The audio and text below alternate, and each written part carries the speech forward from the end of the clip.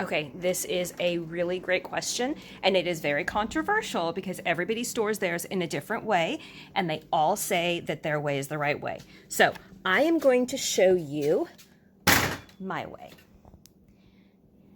It's not necessarily the right way for everybody else. So the way I store my yeast has, in the last 13 years, I've had the longest success in keeping my yeast active and good storing it this way.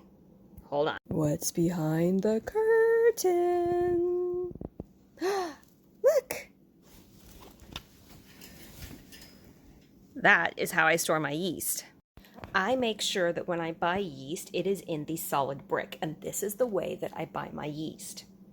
Now, after I open it, that's a different story.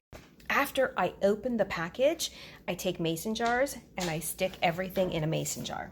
Actually, it takes 2 mason jars, a quart and a pint. I label the jar and I use it. This is the one I'm actively using. Interlude again. Washing the eggs. After I open that container and I put them in these mason jars, I put this lid. This is not a waterproof lid, a watertight lid. This is just a storage lid. And then I store it in the refrigerator.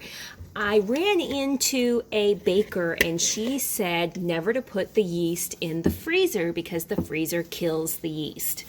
I don't know if that's true or not, but I was storing my yeast in the freezer and I was having a lot of my packages not last very long once they hit the freezer. So I'm thinking she's onto something, but everybody tells you to store it in the freezer and I'm not going to argue. But this is how I do it.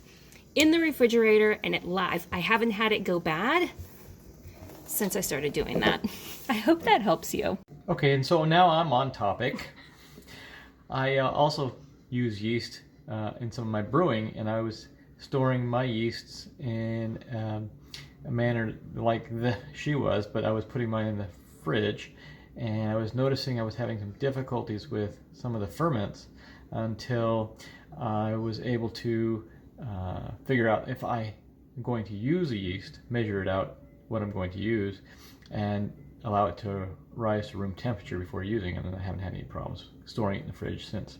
So you need to get yours to room temperature. I need to bring mine to room temperature. Which makes sense because the bread machine has a warming feature. I add the yeast to it and it warms everything up, so it's warming up the yeast too.